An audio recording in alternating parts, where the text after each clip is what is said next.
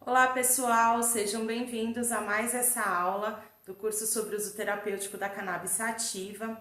Hoje a gente vai complementar a aula de terça-feira. Para essa aula a gente vai receber o Dr. Nivaldo Vanini, que vai falar também de cannabis na odontologia, mas em outros aspectos. Então é complementar a aula do Dr. Guilherme. A gente normalmente em outros semestres fizemos as duas aulas juntas, mas para não ficar muito longo e vocês não terem prejuízo do conteúdo, nesse semestre a gente fez essa divisão e acho que o aproveitamento assim fica melhor e a gente faz um ajuste na grade depois. Então, seja bem-vindo, Dr. Nivaldo, mais uma vez conosco. Tenho certeza que vai ser de muita valia esse complemento, principalmente falando das dores orofaciais.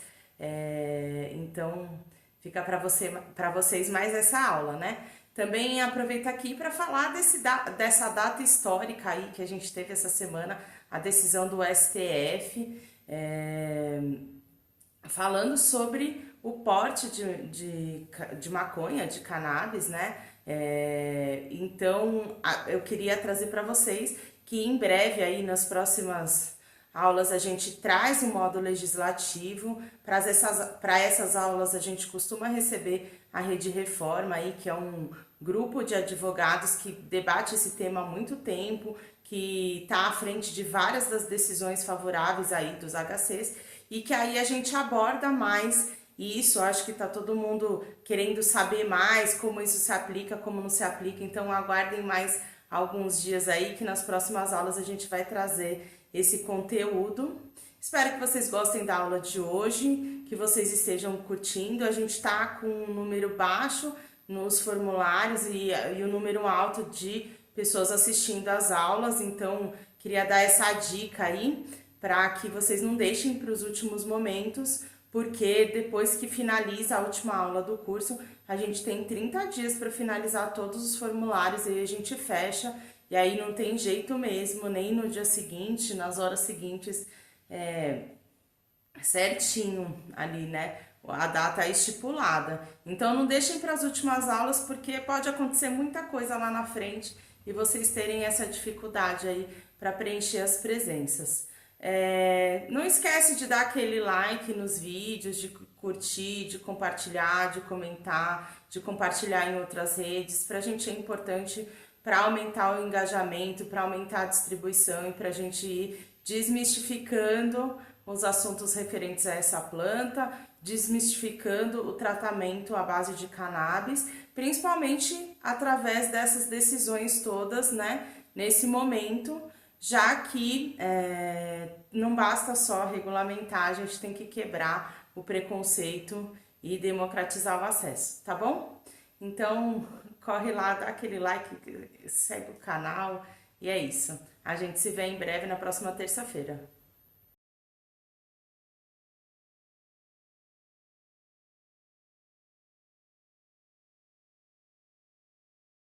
Olá, sejam todos bem-vindos ao 11º curso de uso terapêutico da cannabis sativa, promovido pela Unifesp, e agradeço o convite para estar participando em mais uma edição, contribuindo aqui com o perfil da odontologia na minha área de dor orofacial e também citando outras áreas no emprego de canabinoides.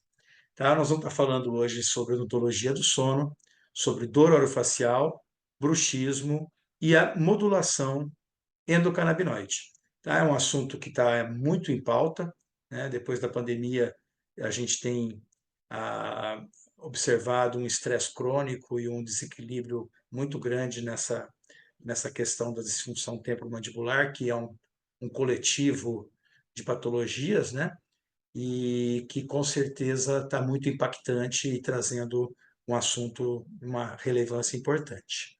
Meu nome é Nivaldo Vani, sou cirurgião dentista, sou mestre em DTM dor orofacial, especialista em ortodontia e ortopedia facial, e eu estou aqui na parte de odontologia, de endocannabinologia, né, desde 2020, quando fui convidado para fazer parte do primeiro tratado de cannabis medicinal junto com o pessoal da Unifesp, da psiquiatria, e isso me trouxe um cenário muito grande aí para desenvolver estudos, aplicação, e de lá para cá, então, cada vez mais tenho mergulhado nessa área que eu estou trazendo para compartilhar para vocês. Falando um pouco, então, sobre a saúde, o corpo, né, a gente vai começar pelo primeiro ponto, né, que seria a homeostasia, né? A homeostasia é um conceito fisiológico, onde o corpo luta para manter um equilíbrio, né, do funcionamento, e esse equilíbrio promoveria um ambiente homeostático, um ambiente onde não houvesse condições para se instalar uma doença. E o curioso é que a gente vai fazer esse paralelo, falando sobre esses desequilíbrios homeostáticos, e lá na frente nós vamos estar juntando com vocês com o sistema endocannabinoide, que é um grande sistema regulador do nosso corpo, que visa justamente promover a homeostasia. Então, a homeostasia, a definição, né, bem antiga, seria que o processo de regulação pelo qual um organismo mantém o seu constante equilíbrio. Então, essa é a luta do nosso corpo para preservar a nossa espécie e nos manter vivos, né? E como é que ele faz isso? Através do nosso metabolismo, né? Então, nosso metabolismo vai criar condições para a gente manter ou não essa homeostasia. No metabolismo celular, uma definição também, é um conjunto de reações químicas celulares responsáveis pelo processo de síntese e degradação dos nutrientes da célula e constitui a base da vida, permitindo o crescimento e a reprodução das células, mantendo as suas estruturas teciduais e adequando as respostas aos seus ambientes. Tá? Então, essa é uma definição de metabolismo, onde a gente vai ter toda essa regulação de troca de líquidos e mediadores para manter esse equilíbrio corporal que nós falamos. E quem regula todas essas informações, né, é o nosso sistema nervoso, que como dentro de um apartamento, né, a gente tem a nossa fiação que liga a luz da sala, a luz do quarto, o calor do chuveiro. Nós também temos aí o nosso sistema de informação que vai manter o nosso corpo todo funcionando, levando informações e sinais de um lado para o outro, regulando esse corpo, né?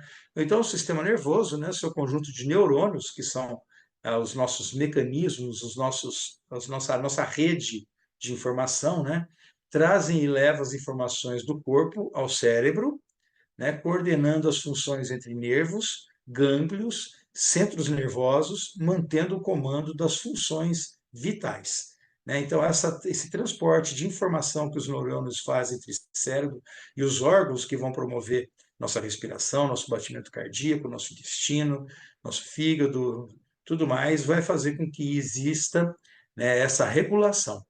Né? Então, e como é que esse sistema vai startar todos esses mecanismos? Né? Através do nosso sistema neuroendócrino. Nós temos várias glândulas no corpo, essas glândulas produzem hormônios e neurotransmissores que vão fazer com que esses elevadores subam e desçam, levando essas informações e regulando o nosso corpo. Tá ok? Então, esse sistema neuroendócrino, né, que é o sistema que vai ligar o nosso cérebro a essas glândulas, né, ele está responsável com a produção dos hormônios e neurotransmissores, nosso controle do metabolismo, né, a troca de informação, e com isso tudo vai promover a nossa homeostasia ou não promover, né, desregular essa homeostasia no caso de uma desregulação do sistema neuroendócrino. Então, vamos entrar já na parte de sono, né? Que é uma parte que é um assunto que está muito em pauta, né? O próprio Ministério da Saúde, recentemente, do Brasil, né? O Ministério da Saúde brasileiro recentemente publicou que 80% da população brasileira tem algum distúrbio de sono. Isso é um dado assustador, né? E o sono, por si só, né, além de promover um descanso, né, a falta dele vai trazer muitos problemas, inclusive gerando com a perpetuação disso doenças metabólicas importantes, né? Então, falando um pouquinho do sono, né, o que é o sono? É um estado fisiológico fundamental para processos biológicos vitais, constituindo base biológica do metabolismo do sistema nervoso central, músculos, órgão e medula, né? Então, é durante o sono que a gente vai promover, né, um descanso da nossa máquina, né? Vai promover que o nosso corpo possa ter um tempo para limpar todos aqueles danos celulares que houve, aqueles processos oxidativos, aquela, aqueles aumento de toxinas que a gente vai compondo devido ao dia a dia, ao estresse, ao desgaste, né? É durante o sono que a gente tem a oportunidade de estar reparando o nosso corpo, a nossa máquina, né? E dentro dessa neurobiologia do sono, né, a gente não tem como não falar do sistema circadiano, né, que o nosso sistema hormonal, né, as nossas glândulas e o nosso sistema neuroendócrino, ele tem picos de hormônio que eles vão seguindo durante o dia, como um relógio do sol, né? A gente tem picos de melatonina à noite, com escuro, para poder deprimir a gente, levar a gente ao sono, né, ao relaxamento. E nós temos picos de cortisol quando a gente acorda de manhã, que é um hormônio anti-inflamatório, justamente por causa do nosso, com o amanhecer, do nosso aumento do metabolismo, né? E mudando completamente esse mecanismo de ação, né? Então, esse relógio biológico, né, no sistema circadiano, as estruturas cerebrais regulam a geração dos ritmos e interação com esses estímulos durante o ciclo do dia, né? Esse ritmo circadiano, no ciclo de um dia, influencia várias funções do corpo, como temperatura, níveis hormonais, frequência cardíaca, pressão arterial, sensibilidade e a dor. Um sono, por exemplo, estressante, um sono regido pelo sistema nervoso simpático, que a gente vai estar mostrando para vocês, e não pelo sistema nervoso parasimpático, que é um sistema nervoso autônomo, que o nosso corpo regula, onde promove o descanso. No caso simpático, ele é adrenérgico, ele é acelerado, né? Você tendo um sono simpático, você vai ter com certeza uma noite pouco descansada, níveis alterados de hormônio no teu amanhecer, tá? Então, o sono em equilíbrio, né? Uma pessoa que consegue manter uma boa arquitetura do sono, passando por todas as fases, que acorda bem e que descansa durante essa noite, né? Ele vai manter o quê? O metabolismo estável, porque ele vai ter essa regulação, tanto limpando esses neurotransmissores degradados que a gente juntou durante o dia, né? A gente vai melhorar nosso metabolismo, né, cardíaco, insulínico e tudo mais. Com isso, a gente também tem um controle de obesidade, né? A gente tem uma queima calórica muito grande quando dorme, né? A falta de sono aumenta níveis de gordura no corpo, né? Sistema imunológico, você melhora porque você diminui a inflamação. Sistema cardíaco, porque você regula essa frequência desses metabólicos, né, melhorando o batimento cardíaco. Você vai ter uma melhora do aprendizado que a gente tem no sono, naquela parte do sonho, do sono não, do sono REM, né, onde a gente fixa as memórias do dia a dia, né? E obviamente vai melhorar a tua criatividade, teu raciocínio e em função dessa oxigenação e dessa limpeza do teu corpo, dessa depuração, nossa longevidade também aumenta, né? Então, um sono em equilíbrio significa viver mais, né? E o distúrbio do sono, um sono em desequilíbrio, o que ele vai trazer para a gente? Justamente o contrário, né? Diabetes tipo 2, uma doença metabólica, obesidade também vai causar um metabolismo alterado. Nós temos quadros aí de depressão associados à insônia, perda de memória, a gente vai ficando com esse gap mental, vamos ter esse estresse, né? Esse estresse cerebral, doenças cardiovasculares, porque a gente muda também toda aquela questão metabólica, né? Alteração de hormônios e frequência cardíaca. Automaticamente, essa mudança de metabolismo pode desencadear crescimentos anômalos de células, causando câncer, né? E também, né, a gente vê alguns gatilhos que a gente vai estar falando durante a apresentação, né, principalmente causado às vezes por bruxismo de vigília, algumas coisas assim, causando dor crônica, né? Então, um paciente que tem distúrbio de sono, provavelmente ele vai estar desenvolvendo dores crônicas também, né? E falando do nosso hormônio do sono, né, que seria a melatonina, né, que é o hormônio que vai vai ajudar com que a gente consiga relaxar e consiga dormir, né? A melatonina, ele é um hormônio que é conhecido como hormônio do sono, né? Ele é produzido pela glândula pineal, né? Ele tem, por incrível que pareça, ele tem uma estimulação física e não química. Ele não é startado por mediadores químicos, e sim pelo escuro. Então, quando o dia escurece, né, e a noite vem, né, o nosso olho ele faz essa leitura do escuro, starta a nossa glândula pineal, e essa glândula pineal começa então a produção da melatonina, que vai fazer com que a gente tenha esse relaxamento, né, e leve a gente a uma indução do sono, né? Isso, obviamente, com essa chuva de luminosidade que nós temos hoje por celulares, que tem telas de altíssima resolução e brilho, as TVs hoje que têm 8 Ultra K, cada dia com mais luminosidade, mais perfeição, né?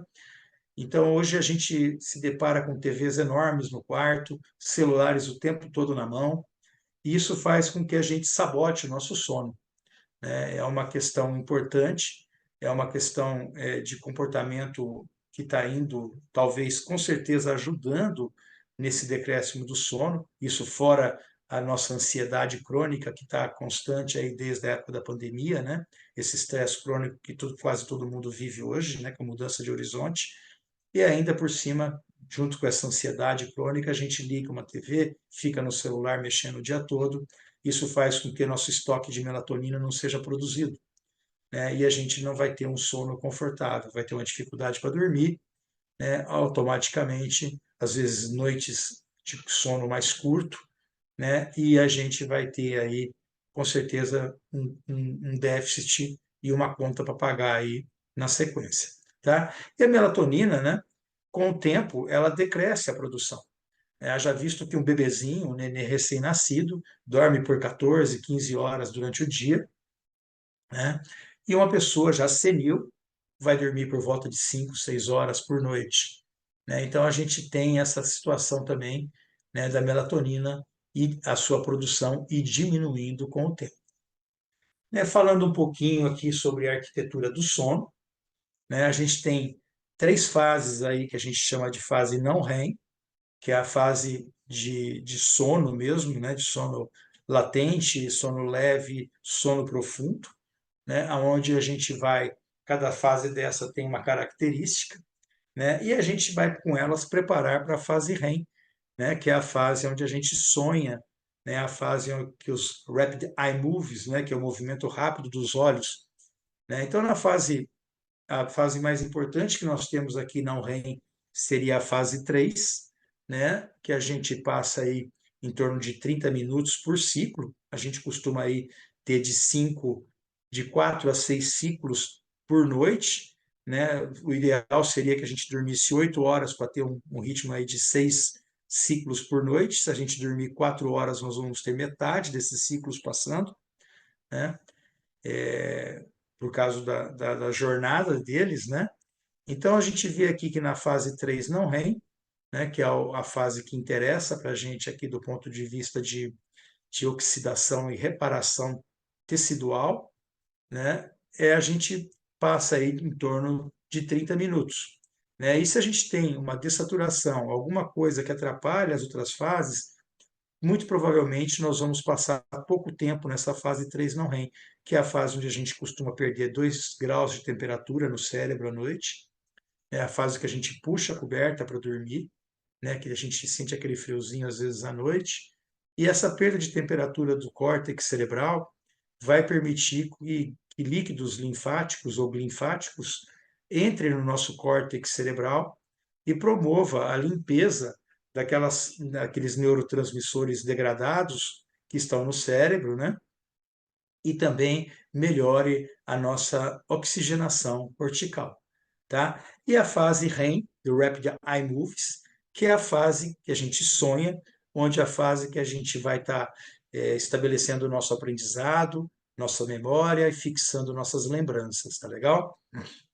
Então, falando aqui, né, que a gente falou, o sono N3, né, é o sono reparador, né, que é onde a gente vai ter, né, essa queda de temperatura, o sistema linfático ou linfático entrando para limpar o cérebro, melhorando a oxigenação, reduzindo o cortisol, né? E nessa fase N3, né, a gente tem é, a, a secreção da leptina, que controla a sensação de ansiedade, né? Então, um sono que não dorme faz com que você, às vezes, coma mais, né? Fique mais ansioso no outro dia, né? E também tenha picos de insulina, né? Você vai ter picos de açúcar no sangue por causa de controle de insulina nesse déficit de sono não N3 não REM. Tá legal? Então, são fases muito importantes, aonde a gente pode estar checando isso tudo numa polissonografia, caso o paciente venha com esse histórico de sono não reparador e com todo com esse desenrolar de problemas que a gente vai estar citando durante a apresentação aqui, tá? Uma coisa que a gente pode estar já orientando numa primeira consulta ao nosso paciente, né, e até a nossa família e a nós mesmos, né, porque hoje todos vivemos de forma desregulada com relação a isso, é promover uma higiene do sono, né? Então, o que seria essa higiene do sono? Seria promover, né, condições melhores para que a gente possa dormir melhor, né? Uma noite mal dormida é horrível, né? A gente dorme 3 horas numa noite, a gente acorda irritado no outro dia, as coisas não dão certo, cai café na roupa, bate o carro, briga, você está num estado de excitação diferente. Imagina repetir isso por uma vida, né? Então, isso tudo é uma coisa que a gente tem que estar, né? E hoje em dia a gente pensa muito nessa questão de dentro para fora, né? Hoje a saúde fala muito de alimentação, de sono, de exercícios, de bem-estar, né? Isso como pilares de longevidade. E a higiene do sono vem como uma dessas bases muito forte, né? Que seria limitar o uso de celulares à noite, de repente estabelecer um horário para cortar. Tem alguns celulares que têm tela amarela, tira a tela azul. À noite usar pelo menos tela amarela, não usar tela azul, porque ela é muito luminosa. Redução de televisão à noite. Cafeína, né? Você reduzir cafeína a partir de um certo horário, depende de cada um, a partir das 15 horas, 20 horas, 14 horas, 11 horas, né?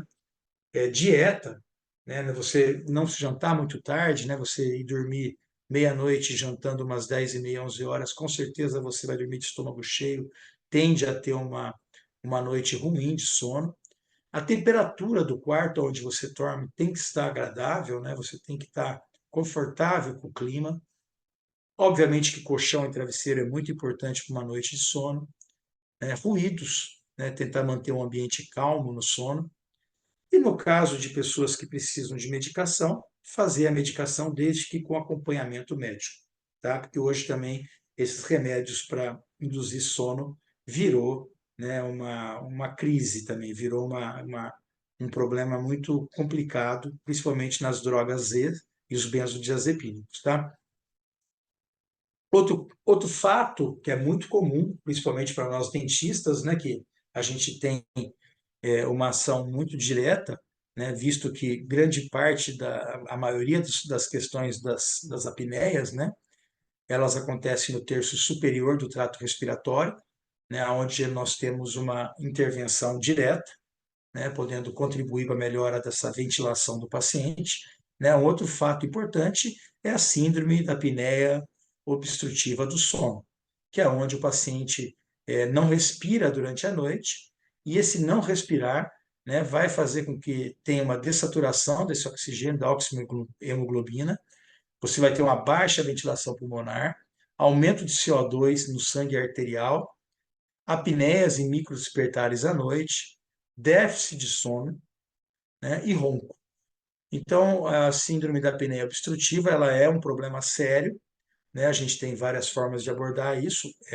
O diagnóstico é médico, né? Mas a gente tem como fazer avanço de mandíbula e algumas outras coisas na área odontológica, inclusive ajudar a identificar o problema e interagir com a equipe médica para poder traçar um bom tratamento para esse paciente. Né? Aqui nós temos um exame de polissono tipo 4, né? Nós temos 4 tipos de exame de polissonografia. Polissonografia são exames que veem o comportamento do sono. Nós temos a polissonografia padrão 1, que ela é feita em institutos, né? Em salas preparadas, onde a gente tem um controle de temperatura, de batimento cardíaco minuto a minuto. Nós temos aí mediadores, ações musculares, tudo muito bem descritas, né? É um exame robusto, né? Nós temos o polissono 2, que é o mesmo exame feito em casa pelo paciente, onde ele tem um, um, um equipamento que tenha uma leitura maior. Nós temos o polissono de padrão 3, que também tem uma atividade mais intermediária, né? E nós temos o padrão 4, que é um exame que é feito hoje, que tem um oxímetro que você pode ter no consultório, né? E o paciente leva para casa, onde ele dorme com esse aparelho, abaixa um aplicativo no celular, e ele tem bastante indicadores, né? Onde a gente consegue ver, como naquele reloginho lá em cima, do lado, na coluna do meio, uma dessaturação de 3,7%, e no outro de 143 de dessaturação, onde o paciente praticamente não respira. Né? A gente vai vendo batimentos cardíacos, sono, ronco. Então, ele tem como nos dar bastante indicadores para a gente ver se esse paciente tem um sono ruim, né? Um sono bom ou ruim. Então, ele serve como um grande auxiliar de diagnóstico. Obviamente que um paciente como dessa coluna da direita, é bem provável que ele vai ter que fazer uma investigação maior, fazer um polissono tipo 1, né, e fazer um tratamento mais complexo. Né? Então, mas ele é um exame singelo, um exame relativamente barato, ao acesso nosso, aos cirurgiões dentistas, né? A gente consegue fazer isso numa rotina clínica. E, com certeza, pode ser um instrumento aí de diferenciação no seu atendimento. Tá? Então, a gente consegue traçar um bom diagnóstico, né? Ajudar no diagnóstico, fazer uma interação e estar intervindo de forma segura com esse paciente. Então, a gente falou do sono, né? Que a gente tem um sono bom, que a gente promove vida, um sono ruim, que a gente promove crise metabólica, né? Teoricamente seria mais ou menos isso, em um resumo simples. E aqui a gente vê, então, não tem como não falarmos de bruxismo, né? O bruxismo, nós temos, é um assunto que está trazendo muito, está vindo muito esse assunto nos dias de hoje, né? O bruxismo não é uma doença, o bruxismo é uma manifestação autonômica, ela é causada pelo nosso sistema nervoso autônomo, né? E não depende da gente, ele acontece, né? Mas ele acontece por gatilhos, né? E o sono é um gatilho que desencadeia o bruxismo, assim como existem outros gatilhos, como a ansiedade, como o medo, e a gente vai estar traçando isso mais para frente. Tá? Então, qual que é a definição de bruxismo? Bruxismo é uma atividade mandibular, né, da mandíbula, muscular repetitiva, caracterizada por apertar ou ranger dos dentes e ou por forçar ou empurrar a mandíbula. Então é um movimento autonômico, é um movimento repetitivo e ele starta sem a gente pedir. Ele acontece, né? Então aqui nós temos dois tipos de bruxismo, né? Que é o bruxismo primário e o bruxismo secundário. Né? O bruxismo primário ele é idiopático. O que é isso? Não tem causa definida. Tá? Ele é mais comum, né? E é a principal causa dos pacientes que nos procuram. O bruxismo secundário, geralmente ele é iatrogênico, né? Ou ele é ou sintomático. Tá? No bruxismo primário, nós temos dois tipos de bruxismo. Tá? O bruxismo primário do sono, que é aquele que acontece durante o sono. Tá? Ele também é inconsciente e maior prevalência. Tá? É o que mais tem, né? A gente vai estar mostrando os mecanismos, tá? E o bruxismo primário da vigília. Esse acontece quando a gente está consciente, apesar de nós não termos uma ação direta contra ele, né? Mas a gente tem como usar a consciência para tentar melhorar os fatores de problema que ele causa. Tá? Geralmente ele está associado a estresse, ansiedade, déficit de sono, medo e muitas outras gatilhos que podem estar causando esse bruxismo primário de vigília. E ele é um grande vilão aí para o nosso dia a dia, principalmente nos pacientes com dores crônicas, tá legal?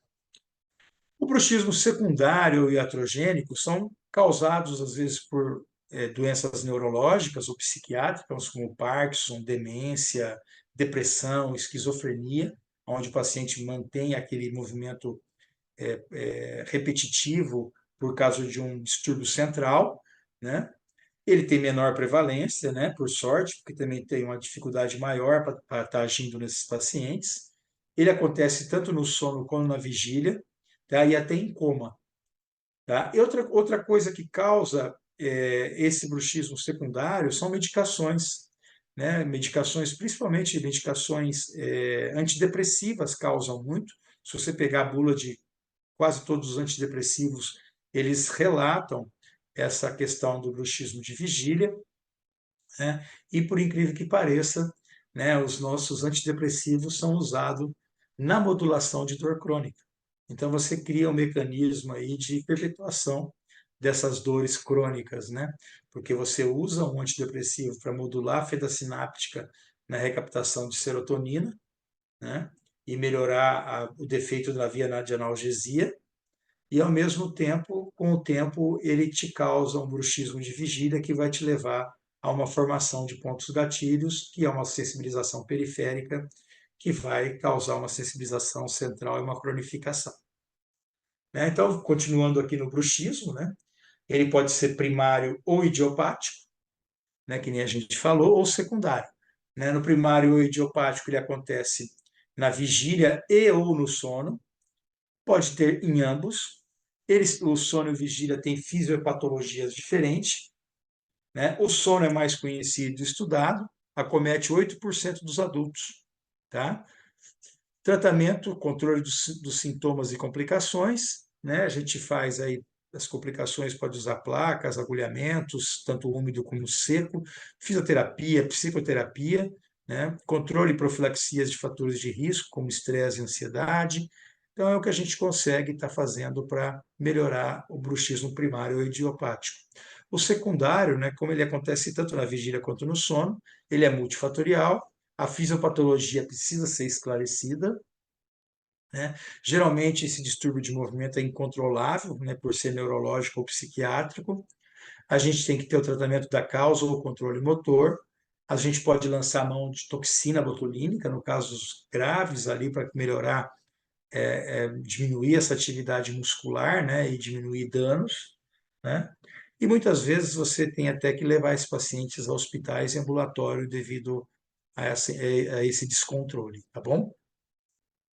O bruxismo do sono, né, que é um bruxismo mais falado, mais comum, né, é aquele que acontece à noite, ele é completamente diferente do bruxismo de vigília, né? O bruxismo do sono, quando ele acontece, a gente tem um aumento da pressão arterial, né? A gente é uma manifestação autonômica simpática do sistema nervoso, sistema autônomo simpático, tá? Ele diminui com a idade. 80% dos pacientes que apresentam o bruxismo do sono apresentam microdespertares. 46% apresentam movimentos repetitivos. 44% dos pacientes que têm bruxismo do sono, o sono não é reparador, né, por causa desses microdespertares, né? 34% roncam, né? Nenhum gene específico foi relacionado. A gente tem um aumento da sudorese e frequência respiratória, justamente por causa do aumento da pressão arterial, né? E o aumento da adrenalina e das catecolaminas, né? Por causa também dessa questão simpática, e ele é adrenérgico, né? Você tem esse aumento do batimento cardíaco, descarga de adrenalina, e você vai ter aquele sono que era para ser regido pelo sistema nervoso parasimpático, que é o sistema nervoso autônomo que deprime a gente, que relaxa a gente, que descansa a gente, né? Você vai ter um sono regido por adrenalina e por aceleração, tá? Aqui falando um pouquinho da etiologia central, né, do bruxismo do sono. Então a gente tem, né, um pouco antes do batimento da frequência muscular aumentar, né, a gente vai começar a ter uma queda, né? O problema é que quando a gente vê o bruxismo do sono, ele está muito relacionado à oxigenação, né? Então a gente consegue, o paciente com apneia ou o paciente que não respira bem, né, ele começa a ter uma queda de oxigênio no cérebro, né? Então, essa falta de oxigenação, esses níveis baixos de oxigenação cerebral, que obviamente vai ter um dano a longo prazo, né? Ele faz com que o cérebro envie um sinal para o corpo, né? Para o nosso sistema nervoso autônomo, entre em ação, né? Então, de entrar em crise, né, de oxigenação, né, ele dá uma taquicardia, né? Ele dá um estímulo para a liberação de catecolaminas e de mediadores químicos adrenérgicos, né? E antes disso, então, a gente, logo que dispara essas catecolaminas, essas adrenalinas, a gente começa, então, a movimentar essa mandíbula, ranger os dentes, colocando a mandíbula para frente, para que a gente possa permitir a passagem de ar e melhorar a nossa respiração, né? Então, a gente vê aqui nesse outro quadro que tem um polissono, onde a gente vê a fase obstrutiva, né, da respiração, onde começa a entrar pouco oxigênio no sono e automaticamente na sequência um pico de batimento cardíaco, descarga adrenérgica e movimentação dentária, fazendo com que a gente tenha a projeção dessa mandíbula para frente para liberar a oxigenação. Então, o bruxismo do sono hoje ele é um movimento fisiológico onde a gente tenta não morrer, né? Onde a gente busca a sobrevivência, né? Uma luta e fuga, onde a gente está tentando manter a nossa respiração e a nossa oxigenação. Com isso, a gente pode causar danos de quebra de dente, de perda de tecido ósseo, dano periodontal e outras complicações que a gente tem aí com essa situação. Tá? Então, assim, ao contrário do bruxismo do sono, né, nós temos o bruxismo da vigília, né? O bruxismo do sono, ele acontece por um tempo muito curto, durante a noite, né? A gente tem a movimentação muscular, o tônus muscular, ele é mais alto, né? A gente tem um movimento mais muscular mais potente, né? E de curta duração. O bruxismo da vigília não, ele é o contrário, ele tem o tônus muscular mais baixo, o movimento ele não tem tanta força como tem o bruxismo do sono, porém ele demora mais tempo para se dissipar. O paciente o indivíduo fica se apertando por um tempo muito maior, né? O que leva a uma produção de começar danos teciduais, né? E com isso perpetuação de mecanismos de dores, né? Então o bruxismo da vigília é uma parafunção ou um movimento vazio, ele não tem sentido de acontecer, ele não agrega nenhuma função vital, né? Ele é um movimento vazio, né? Ele pode ser aprendido por hábito, né? Ou autônomo, né? Ele pode vir de um frio, de você se apertar por um frio, por um medo, né? Na Bíblia diz, só restarão é, tremores e ranger de dentes, né? Isso é uma reação do próprio corpo. A gente vê o cachorro, quando fica nervoso, mostra os dentes, ele bruxe, né? Então, é um mecanismo de defesa nosso, né? E a gente vai através de diversos gatilhos, como um déficit de sono, como uma ansiedade, como um medo, como um pânico, como outros aí que possa estar tendo, a gente vai desencadear, né, esse bruxismo de vigília, né? Ele tem etiologia central, né? Quem descarrega isso é o sistema nervoso central, autônomo. Ele tem o sistema nervoso simpático que faz essa descarga. Então, assim, o bruxismo, ele não é uma doença, ele é uma manifestação, né? E essa manifestação pode desencadear, né, com a sua perpetuação, doenças, né, como devido a danos teciduais, que vão gerar outros mecanismos, e depois você tem aí doenças degenerativas e vários mais outros fatores acontecendo. Tá? Então, para a gente trabalhar com pacientes com bruxismo, né, a gente precisa entender muito bem qual é o primeiro, qual o tipo de bruxismo dele. Se é o bruxismo noturno, onde ele quebra dente, e aí você vai fazer uma placa, vai fazer alguma proteção de tecido, ou se é um bruxismo que durante o dia ele está apertado no sinal vermelho, na fila do supermercado, no dia a dia, né, ele apertando os dentes e causando um dano a longo prazo. Então, se a gente precisa ver, né, qual o gatilho que desencadeia esse bruxismo de vigília, para a gente estar podendo agir nesses gatilhos, tá? Então, como a gente disse, né, a perpetuação desses pontos gatilhos, né, a gente viu que o sono lá atrás ele pode ser um gatilho para o bruxismo de vigília, né? Um bruxismo do sono pode ser um gatilho para o bruxismo de vigília, um paciente que pouco oxigena, que tem níveis de neurotransmissores alterados, né? E tudo isso pode estar desencadeando uma dor crônica orofacial, no qual a gente vê aí, né, uma prevalência muito alta. E a gente, falando agora um pouquinho de dor, né, que é o paciente procura muito a gente nessa área, e é uma oportunidade, talvez uma das áreas que tem um emprego dos endocannabinoides, dos fitocannabinoides aí com boa resolução, né?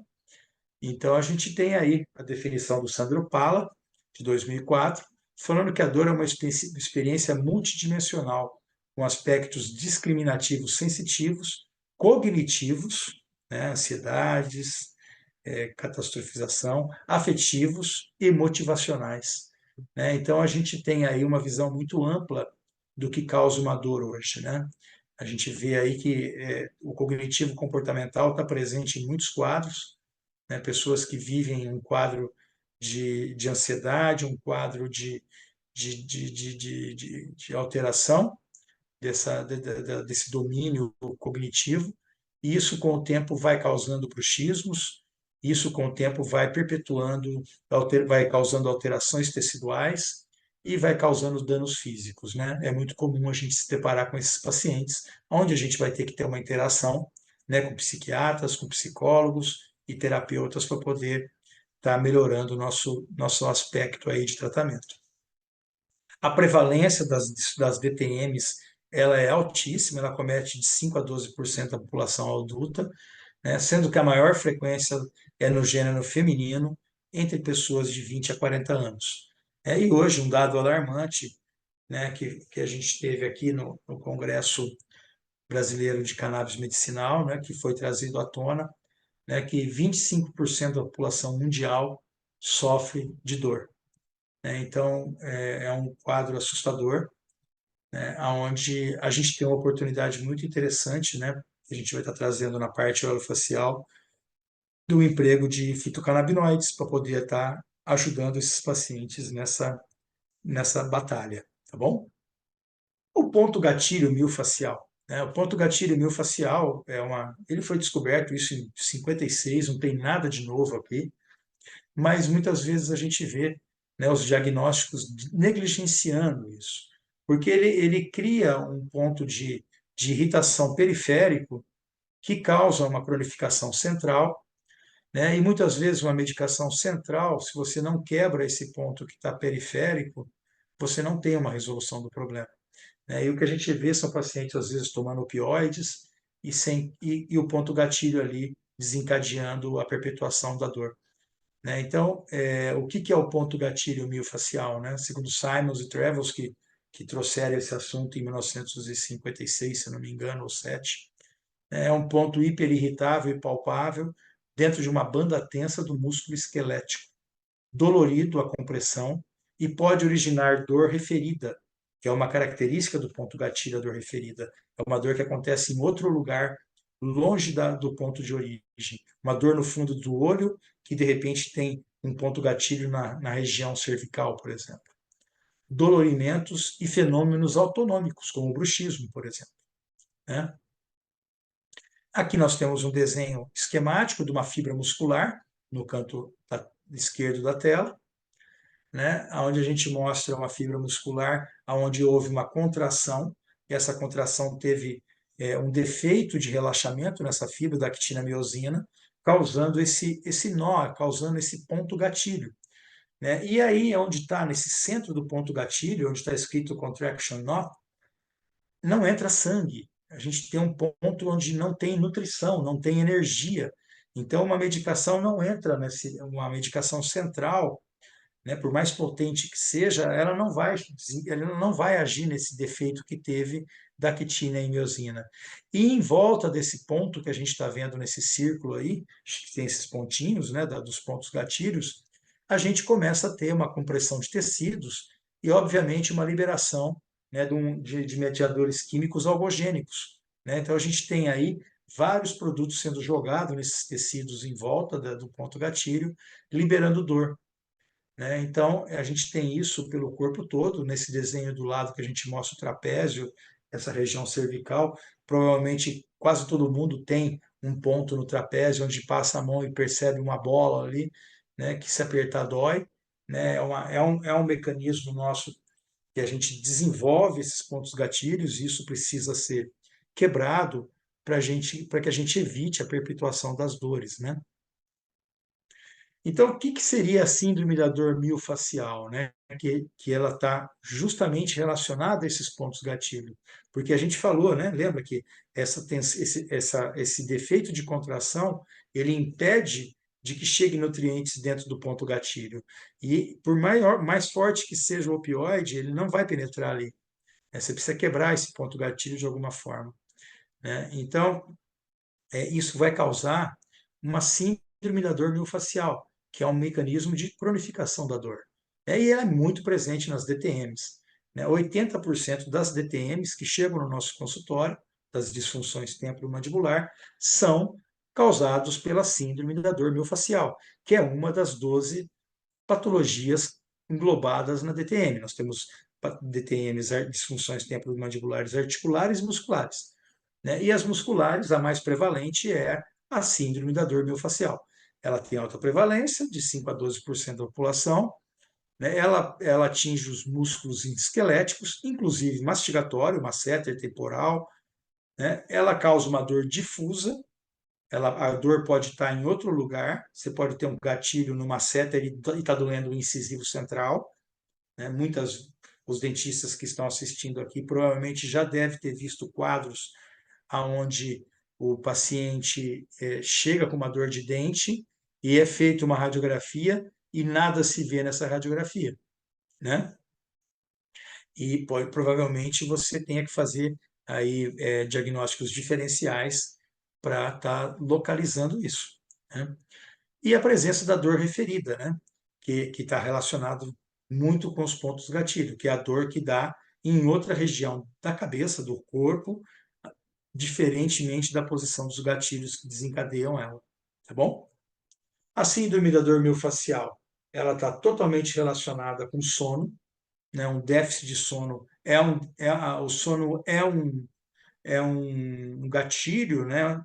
Da síndrome do bruxismo de vigília que leva a essa dor miofascial. O estresse também né? Você fica tenso o tempo todo, tensão emocional e o bruxismo de vigília. Você começa a ter um pacote de situações ali, né, na onde o paciente começa a entrar nessa perpetuação de problemas que a síndrome da dor miofascial faz. É muito comum, né, a gente receber pacientes que estão há 5, 6, 10 anos com esse tipo de dor, fazendo medicação, passando por médicos, passando por colegas, fizeram 20 placas diferentes, fizeram um monte de coisa diferente, aonde vai as pessoas tratam, mas ninguém vai na origem, ninguém vai no ponto, ninguém vai atrás do ponto gatilho, ninguém vai desativar esse ponto e fazer abordagens corretas. Ninguém não, modo de dizer, né? Muita gente faz, mas o erro está em não fazer.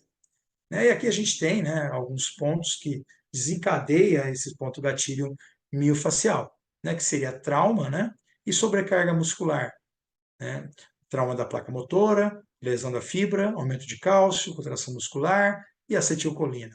Sobrecarga muscular, movimentos repetitivos, baixa intensidade, longa duração, super esforço, mesma posição, bruxismo, e todos esses fatores aqui do quadro ao lado, como sono, fadiga, microtrauma, macrotrauma, influência sistêmica, como desequilíbrio endócrino, né? Deficiência muscular, músculos às vezes pouco desenvolvidos, né? Influências pós-operatórias também pode causar, influências neurológicas, como a gente falou, né?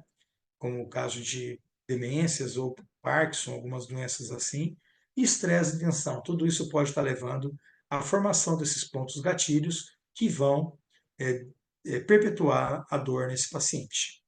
Tá? Então, outra característica do ponto gatilho miofascial é que ele altera a função do músculo agonista. Né? Então, assim, você tem, no caso aqui, o desenho mostra o bíceps, né? E o tríceps. Né? Quando a gente faz esse movimento de fechamento do braço, né, o músculo agonista, ele é o bíceps. Né? O bíceps é o músculo que faz a elevação do braço, do antebraço. Né? E o antagonista, que é o músculo que deveria estar relaxado nesse movimento, é o tríceps. E quando a gente tem uma lesão do bíceps, o antagonista acaba fazendo a função do agonista. Então você tem uma inversão de valores.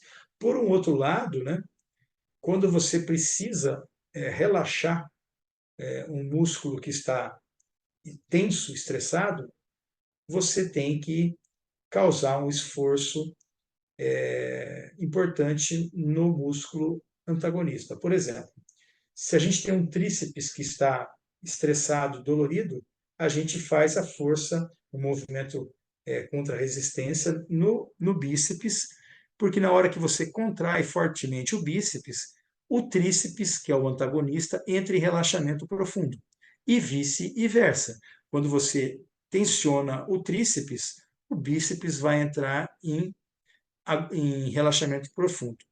Dito isso, né, é importante a gente saber, então, né, que os nossos músculos da mastigação, né, o masseter e temporal, que são músculos que estão muito ligados com esses pontos gatilhos, por causa do apertamento que o bruxismo, principalmente da vigília, traz, né? A nossa fisioterapia muscular do masseter e temporal, fazendo movimentos de apertamento com resistência, você vai promover o relaxamento desses músculos, né? Ajudando nesse dolorimento e nesse mecanismo de perpetuação. Então, a dor referida que a gente falou, que é muito comum, né, nas cefaleias tensionais, esses pacientes chegam com dores de cabeça bilateral, dor no fundo do olho, dores cervicais, e geralmente essas dores não estão, o ponto de origem dessas dores não estão no lugar onde elas estão sendo mostradas, elas estão em outro lugar, que é onde está esse ponto gatilho. Né? Então, essa dor referida ela está sentida num lugar diferente, como no fundo de olho, uma dor de cabeça no fundo de olho, e ao mesmo tempo ela pode ter origem no cervical, no masseter, né? E é um mecanismo muito comum a dor referida no caso da dor miofascial na presença de pontos gatilhos. Aqui é um exemplo, onde a gente tem um X aqui no trapézio, mostrando uma sensibilização na região cervical, né, na região lateral de cabeça, né? A mesma coisa ali, uma sensibilização temporal irradiando dor para dente e região frontal de face e de orelha, ali de cabeça, né? Então é muito comum a gente ter esse tipo de paciente, a gente precisa entender e saber fazer esse caminho da dor para fechar o diagnóstico. Aqui nós temos o externo sensibilizando a região frontal, puramente elucidativo, dores de ouvido também pode estar acontecendo por causa dessa sensibilização e não ter nada de otorrinolaringológico nessa dor de ouvido, ser uma dor de ouvido secundária, né, uma dor de ouvido seca. Né? E aqui tudo isso acontece devido ao nervo trigêmeo, que é um nervo que pega praticamente sensibiliza toda a nossa face, né? E ele entra pelo nosso gânglio trigeminal e ele vai fazer a ligação na medula espinal, aonde ele vai fazer toda a sensibilização do nosso rosto, tá legal? Aqui a gente mostrando que pode ter referimento de dor para dente, né? Onde a gente pode ter dor de dente relacionado também a esses pontos gatilhos e não necessariamente ao dente em si. né? O ponto gatilho é uma contração excessiva da musculatura, libera mediadores químicos inflamatórios, como citocinas, prostaglandinas, bradicininas, substância P, que age sobre os receptores causando dor, né? Então, essa é uma outra característica do ponto gatilho, né? Que é onde a gente tem essa perpetuação aí de mecanismo. Aqui mostrando o mesmo mecanismo que a gente falou, com a liberação de cálcio, contratura do sarcômero, falta de energia, contração de vasos e o mecanismo e a perpetuação do mecanismo com a sensibilização do neurônio motor, né?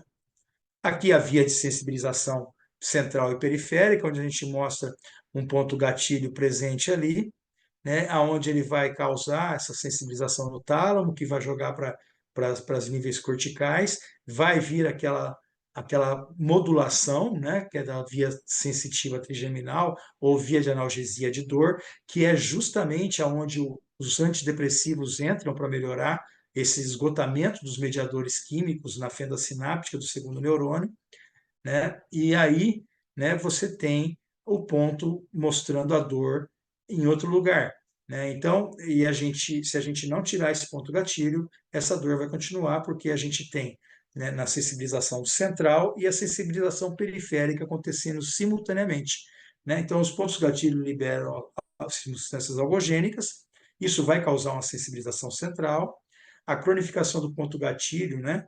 Contração constante da banda, né?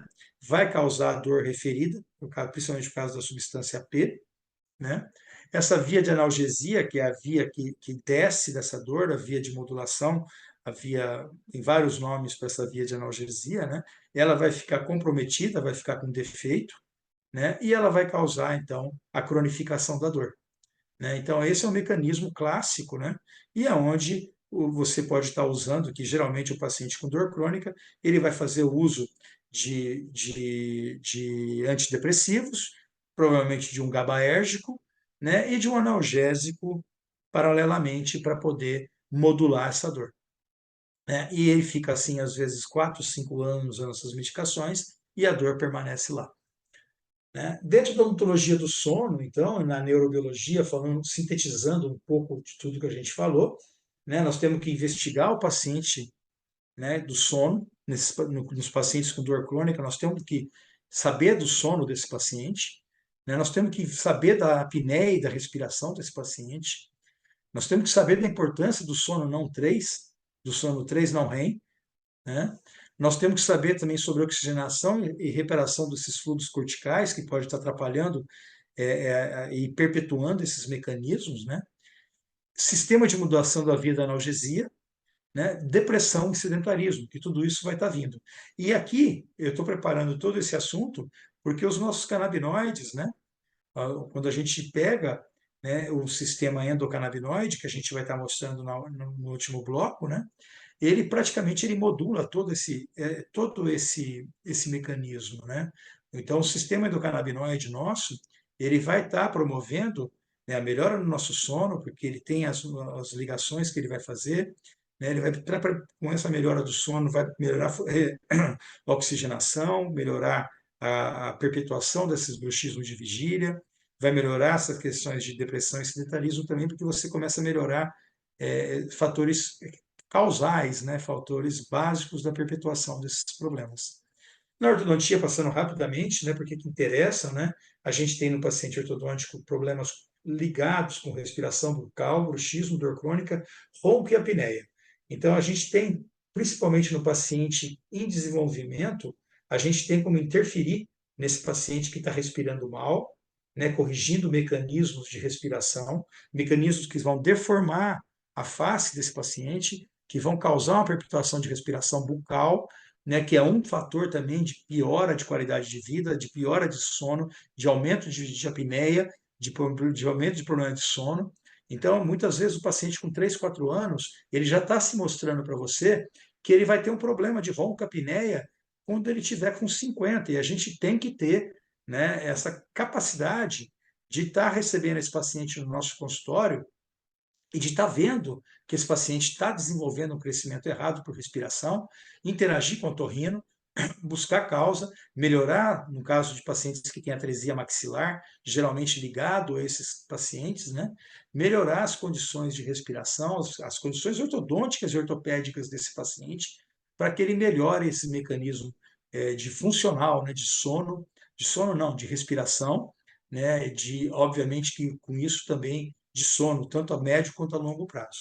Aqui é um caso clássico de um paciente pequenininho, de um paciente com 6, 7 anos, né, que chegou e a gente vê esse paciente com uma mandíbula girada para trás, a gente percebe no rostinho dele, no perfil infantil, que a gente tem uma mandíbula que está girando no sentido horário, por causa da respiração bucal, por causa de extrusão de processo maxilar, né, onde a gente vai ver que se o paciente não fosse tratado, ele ia ficar com aquele bird face, com aquela cara de pássaro que a gente chama, né, onde essa mandíbula ia ficar com a face longa, o paciente se não ia encostar lábio, ia ficar com esse falta de vedamento labial, respiração bucal, atresia de mandíbula, problema periodontal e, obviamente, problema de sono, problema de bruxismo, caso de sono, e déficit metabólico no envelhecimento.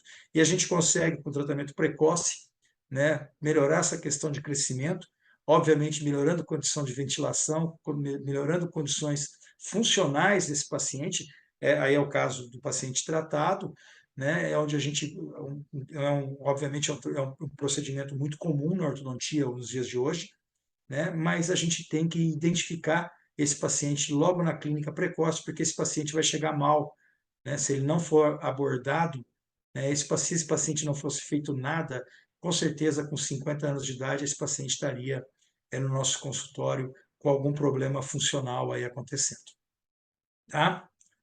Na dor crônica, obviamente, o paciente com dor crônica a gente não deve iniciar nenhum tratamento, né? Porque a gente pode ter o diagnóstico, né? Então vale a gente estar ressaltando isso daí. A gente tem um outro quadro para a gente estar investigando, que seria a questão respiratória, onde a gente vê esse score aí de Mallampati, né, onde a gente pede para o paciente abrir a boca, pôr a língua para fora e falar o A, onde a gente observa, né, a passagem de ar. Obviamente, o paciente com 50 anos de idade, a gente tem uma queda do véu palatino, a musculatura da boca ela fica frouxa, isso aumenta o ronco, né, os pacientes tendem a respirar mais e pior pela boca, né? E você vai ter situações aí que vão piorar com o envelhecimento, com a queda do véu palatino, né? E obviamente com a pouca passagem de ar que vai ter pela orofaringe. A gente tem que avaliar, então, já avaliamos o sono desse paciente, avaliamos questões musculares desse paciente, estamos avaliando agora vias aéreas desse paciente para ver a respiração. Nessa radiografia panorâmica, a gente vê que o paciente mal passa pela região de traqueia, ali de orofaringe, não tem passagem de ar. É um paciente que ortodonticamente é um paciente bem compensado, um paciente que não tem problemas ortodônticos, mas a gente não vê passagem de ar. O paciente desse respira muito mal. Provavelmente o paciente desse vai ter ronco, vai ter problemas de apneia, vai ter bruxismo de sono, vai dormir mal, vai desenvolver bruxismo de vigília, vai ter dor crônica, né? Então, é um paciente que a gente tem que estar vendo esses sinais físicos, né? A gente reforçando aqui a importância de uma polissonografia, e uma vez detectado a polissonografia, nós temos, e a gente vê que esse paciente está com síndrome de apneia obstrutiva, nós temos o CPAP, que é um tratamento padrão, para tratamento ouro para esses pacientes, e também temos aparelhos, no caso de pacientes que têm essa retrusão de mandíbula, que não permite a passagem do ar, como a gente mostrou em malampatia ali, o ar não passa, o paciente não consegue respirar direito. Nós temos aparelhos que protuem a mandíbula, e agora alguns aparelhos sendo propostos, que até com uma almofada para abaixar a língua, para casos de ronco grave, né? Onde a gente tem aí uma melhora da ventilação, uma melhora da oxigenação, uma melhora, consequentemente, do sono, uma melhora, consequentemente, do bruxismo de vigília, uma melhora, possivelmente, de desenvolvimento de dores crônicas, uma melhor qualidade de vida e uma maior longevidade. Tá? Então, isso é funcional, é importantíssimo para o dia a dia. Né? Aqui nós temos mostrando também um caso de um paciente igual aquele que a gente mostrou naquele outro slide, onde a gente não tem uma passagem de ar, né? E o Arnê, né, um bucomaxilo americano importante, ele já propõe há muitos anos, há décadas, né, no protocolo FAB dele, que é Face Airway Bite, aonde ele propõe o Airway, que é você fazer avanços maxilomandibular, né, para melhorar a ventilação e a passagem de ar desse paciente, para que melhore as condições básicas de saúde desse paciente. Tá? Isso trouxe uma nova realidade para a cirurgia ortognática, né, e também trazendo cada vez mais, né, a busca pelo sono e qualidade de vida que a gente tem vivido. Agora, então, falando, né, do nosso motivo sobre o sistema endocannabinoide, não vou entrar muito sobre esse assunto, porque nós estamos num curso aqui onde esse assunto está sendo dado de forma muito mais ampla, né, e muito mais rica. Né? Aqui a gente vai ligar, né, alguns conceitos do sistema endocannabinoide em cima daquilo que a gente falou até agora, né, para ver o que a gente consegue melhorar nesses pacientes nossos, na nossa clínica do dia a dia, né, os pacientes que nos procuram com déficit de sono, com ROM, com qualidade, com sono não reparador, com dor crônica, dor cefaleia tensional, né, pacientes que têm esse desgaste todo, como que a gente pode estar recebendo esse paciente no consultório, né, e estar tratando eles do ponto de vista da endocannabinologia. Como eu disse, né, em 2020 eu fui convidado pelo pessoal da Unifesp, né, para estar compondo, escrevendo um capítulo de livro, onde tive a honra de poder estar escrevendo a quatro mãos esse capítulo, né, que é o uso de canabinoides e controle das disfunções temporomandibulares e dores orofaciais, que é o capítulo 5 do livro, da seção 8, né, que são 2 volumes dessa obra. O sistema endocannabinoide, vocês já viram isso muito melhor do que eu estou falando, só para relacionar, nós temos 2 receptores principais, que é o CB1 relacionado ao sistema nervoso central e o CB2 relacionado ao sistema imune, né? E eles têm basicamente a proposta, né, de nessa regulação desse seu sistema endocannabinoide promover aquilo que a gente falou no primeiro slide, a homeostasia, o equilíbrio, né? Então, o sistema endocannabinoide ele vai promover o quê? A regulação do nosso sistema nervoso central, a regulação do nosso sistema neuroendócrino, e o sistema neurológico, e a regulação do nosso sistema central, nosso sistema imune e nosso sistema endócrino. Então, ele vai promover, né, a regulação desses 3 grandes sistemas, né, e dessa forma promover, né, a homeostasia. Os nossos endocannabinoides, né, eles já promovem essa regulação. Né? Os nossos canabinoides endógenos, que são a nandavida e o 2-AG, eles já agem desse jeito. E uma vez que a gente tem uma sinalização excessiva, com sono ruim, com déficit de respiração, levando a sono ruim, que a gente tem dor, obviamente que os nossos canabinoides promovidos, né, pelo nosso corpo, eles vão se esgotar, né, precisando com que a gente faça uma suplementação, uma reposição, aonde a gente vai buscar nos nossos canabinoides exógenos, nossos fitocannabinoides, que é o CBD, o THC, uma suplementação e um equilíbrio do nosso sistema endocannabinoide, porque de tanto ser exigido, ele se esgotou. Tá? Então, uma vez, como a gente já disse lá atrás, uma vez havendo um ambiente homeostático, não haveria espaço para doenças. Né? E a gente vê que as substâncias canabinoides na planta cannabis, os fitocannabis, né, que são os fitocannabinoides, o CBD e o THC principalmente, têm relações análogas, ou seja, eles promovem a mesma reação no corpo que os canabinoides endógenos, tá bom? Os nossos 2 canabinoides endógenos principais, que é a anandamida e o 2-AG, que são os nossos mediadores químicos que vão equilibrar toda essa função, né, de regulagem de sono, de dor e de humor, de temperatura, tudo isso, eles são produzidos para o nosso corpo, porém, um excesso de sinalização, a perpetuação, e a gente viu até agora problemas que perpetuam quadros e causam uma perpetuação de problema, e essa perpetuação vai levar a doenças sistêmicas, como doenças cardiorrespiratórias, como doenças metabólicas, como diabetes, né? E a gente, às vezes, tem um paciente respirador bucal de 5 anos lá atrás uma possibilidade de estar agindo. Né? Então, a gente tem que estar vendo esse contexto de uma forma bem ampla. Né? Então, a gente sabendo que a gente tem esses 2 endocannabinoides produzidos pelo corpo, né? que pode estar ajudando na oxigenação cerebral, numa melhora de dor, né? E a gente percebe que é o esgotamento desses nossos endocannabinoides, a gente tem uma oportunidade muito grande, né, nos fitocannabinoides, de estar entrando com esses produtos para estar regulando, né, o nosso sistema endocannabinoide, tá? Então, a gente vê que a gente tem os terpenos, também flavonoides, no caso dos canabinoides de amplo espectro, onde a gente tem ainda mais potencialização de efeitos terapêuticos. A gente pode usar THC com limoleno, por exemplo, onde a gente vai ter redução de dor e redução de quadros de ansiedade, por exemplo, no caso do terpeno, né? Então, a gente tem condições de orquestrar, né, uma terapia onde a gente vai beneficiar, né, esse nosso paciente crônico, né, esse nosso paciente que, em algum momento, ele cronificou um processo e ele está ali correndo de consultório em consultório sem um resultado, né? Então a gente tem ali, né, principalmente situações, a gente falou que nós temos receptores CB1 que regulam o corpo, nós temos também algumas situações onde o CBD, que é um canabinoide da planta, né, um fitocannabinoides, ele também se relaciona com vários outros receptores do corpo, como receptores de dopamina, receptores de adenosina, receptores de serotonina, onde a gente vai ter, né, um controle de ansiedade, um controle de bem-estar, um controle de dor, né? Então, assim, a gente tem um leque de atividade no emprego dos fitocannabinoides e uma oportunidade muito grande, principalmente nesses pacientes que nos chegam, né? Obviamente, a gente trouxe toda essa questão de diagnóstico de base, porque não adianta a gente ter o produto na prateleira para dar para o paciente se a gente não entende, né, quais são os gatilhos desencadeadores desse paciente. Se você tem um paciente com dor e dorme mal por causa de dor, tua abordagem é uma. Se esse paciente dorme mal por causa de ansiedade, a abordagem é outra.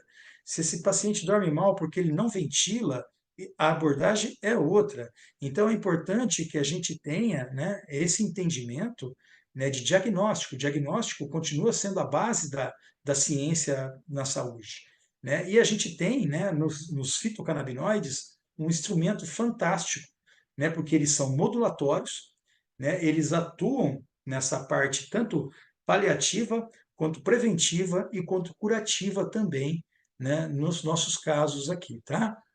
E a gente tem indicação não só no caso de dor orofacial, como nós estamos falando até agora, nas DTMs, né, que é a minha área de atuação, onde eu posso falar mais, mas nós temos aí ações antimicrobianas, nós temos cremes dentais hoje já no mercado com CBD e CBG, onde a gente existem estudos de redução de bactérias gram-positivas, né? Nós temos redução de biofilme com isso, melhorias de tecido ósseo, osteoindução, né? Melhora em doenças degenerativas. Então, nós temos aí uma oportunidade muito grande, né? E voltando aqui dentro do que a gente falou, dentro das DTMs, né? A gente tem esses resultados muito importantes nas dores orofaciais, porque muitas vezes você consegue, usando o fitocannabinoide de forma correta e abordagens terapêuticas, né, você consegue atingir os gatilhos do bruxismo de vigília, né, seja ele por ansiedade, por estresse, por sono, por medo, né, você consegue trabalhar isso de uma forma muito mais resolutiva, né, e você consegue trazer esse paciente crônico para uma situação de controle, né? Então, você muitas vezes consegue reduzir medicações alopáticas, né? Esses pacientes crônicos, a gente recebe no paciente no consultório que fazem uso de 5 Dorflex por dia durante 3 anos, né? Isso fora benzodiazepínicos, fora antidepressivos. Então, esses pacientes são polifarmácias, eles se automedicam. Você consegue, né, melhorar muito a condição desse paciente, né? E de uma forma muito interessante, com tratamentos com pouco efeito colateral, né, com tratamentos bem tolerantes, né, que são os casos do canabinoides, tá bom? E a aderência do paciente, né, o paciente gosta muito do tratamento, porque uma vez que você acerta a prescrição, acerta o diagnóstico, e consegue ter um resultado interessante, né, o paciente também ele adere ao tratamento, né? Isso é muito importante. Tá? Outra área que a gente na odontologia que está crescendo muito, uma área muito forte hoje, né, que está tendo espaço, é a harmonização facial, né? Quando a gente fala em harmonização facial, a gente não pode pensar só em, em intervenção de pele, né? A gente tem que pensar em saúde funcional integrativa, né? E a hora que a gente fala de sistema endocannabinoide e fitocannabinoide, praticamente nós estamos trabalhando na saúde funcional integrativa. né? Então, nós vamos dar uma condição de oxigenação para esse paciente melhor. Um paciente que oxigena melhor vai ter uma pele melhor, vai ter uma vida melhor, vai ter um sono melhor, vai ter uma longevidade maior. Tá? Então, é basal, é fundamental, tá certo? Então, o sistema endocannabinoide, né, a gente vai conseguir ter esse efeito antioxidativo no paciente, uma melhora do nosso sono, uma regulação, uma melhora nessa regulação hormonal, uma melhora na ansiedade, estresse e qualidade de vida, né? Sem falar, né, nas melhoras de dor crônica e outros fatores aí ligados também à nossa área, né? Então, todos esses fatores vão produzir, né, uma ação anti-envelhecimento, melhora de pele, tecidos superficiais, ou seja, melhora de vida, longevidade, né? Então, a gente vai estar contribuindo para que esse paciente viva de uma qualidade, tenha uma qualidade de vida melhor e uma longevidade maior, tá? Então, é muito importante a gente estar hoje entendendo o sistema endocannabinoide, que é um assunto que não para de crescer, né, cada vez mais, né, e entendendo também a aplicação na melhora de qualidade de vida e na longevidade do nosso paciente. Mostrar rapidamente um caso clínico, né? Uma paciente de 55 anos, um batimento cardíaco de 130 batimentos por minuto devido a uma fibrilação sinoatrial congênita, déficit de sono, ansiedade, cefaleia bilateral, região de fundo de olho frontal, colega dentista, doutora, tá? Cervicalgia, bruxismo em vigília, uso de bromazepam para ansiedade, diminuir a frequência cardíaca, isso é uma prescrição médica. Faz uso de órtese. Órtese é uma placa identada, tá? Para aumento de futuro de dimensão vertical. Esse é um assunto que eu coloco uma discussão aqui, mas não vou entrar nela, porque eu não sei se eu concordo com isso, mas a conduta que estava sendo feita. Ela começou com o uso de um óleo full spectrum, 1.500 por 1.500 de CBD por 0,3% de THC, 45 miligramas, né, aqui no dia 16/11, batimento cardíaco de 33, com uma baixa, 3 gotas 2 vezes ao dia, o que dava uma dose aí de pouco mais de 15 miligramas, em torno de 15 miligramas de CBD por dia, a redução para 90 batimentos por minuto. Tá? Aqui a gente mostra um comportamento feito por um aparelhinho dela de sono, né, onde a gente vê, né, os quadros em amarelo de apneias, né, de paciente acordado durante a noite, e os quadros estão em roxinho mais escuro de sono profundo. A gente percebe um aumento, né? Aqui a gente vê também uma evolução, né, do aumento de sono profundo e o tempo acordado indo diminuindo, né, durante as noites dela. A gente percebe que a frequência de batimento cardíaco em 73 batimentos por minuto, né, a frequência também no outro dia em 86. A gente vê também a frequência cardíaca num longo tempo se mantendo numa média de 78 batimentos cardíacos num período curto, né, um período de 5 dias que a gente pôde estar avaliando ela, foi o período que ela manteve, né, a análise para a gente, foi um período muito curto, mas foi um período que ela sentiu uma qualidade de vida muito melhor, um bem-estar, e gravou isso para a gente e mandou. A gente percebe uma dessaturação de oximoglobina muito boa, 98, de 98, né, num período aí de 5 dias também, né, e concluindo, né, que apesar de ter sido um tempo muito curto, né, que foram 5 dias que ela guardou isso para mim, né, a gente percebeu uma melhora importante na qualidade do sono. A paciente hoje acorda descansada, né, ela teve uma melhora na ansiedade e redução do bromazepam, ela não tirou porque ela controla a frequência cardíaca disso, mas ela conseguiu estabilizar, né? Ela melhorou a frequência cardíaca, melhorou a dessaturação para dormir, quer dizer, ela está ventilando melhor. Ela ventilando melhor, ela vai melhorar índices séricos dela, né? Que ela vai estabilizar e promover a saúde de forma endógena, né? Uma melhor disposição física e mental. As cefaleias e a cervicalgia ainda persistem, né? Mas ela também não passou por uma clínica para a gente estar fazendo abordagens mais assertivas para isso, tá bom? Então, o assunto é muito grande, né? Eu tentei trazer isso num espaço de tempo muito curto, bastante conteúdo para todos, um assunto muito em pauta hoje, né? Porque muita gente me procura hoje, muita gente procura vários colegas por esses motivos. Então, a gente quis trazer aí alguns fatores de gatilho importantes, como sono, como cronificação de dor, como diagnóstico precoce de respiração, né, como o sistema do canabinoide regula o corpo para promover a homeostasia, né, e como também os fitocannabinoides podem estar entrando nessa regulação da homeostasia e do controle de saúde a curto, médio e longo prazo. Tá bom? Eu espero que tenha gostado. Meu contato, deixo aberto a todos que queiram me procurar. Tá? Foi muito prazer estar com vocês aqui nessa edição do curso. Fiquem bem e até uma próxima vez. Até logo.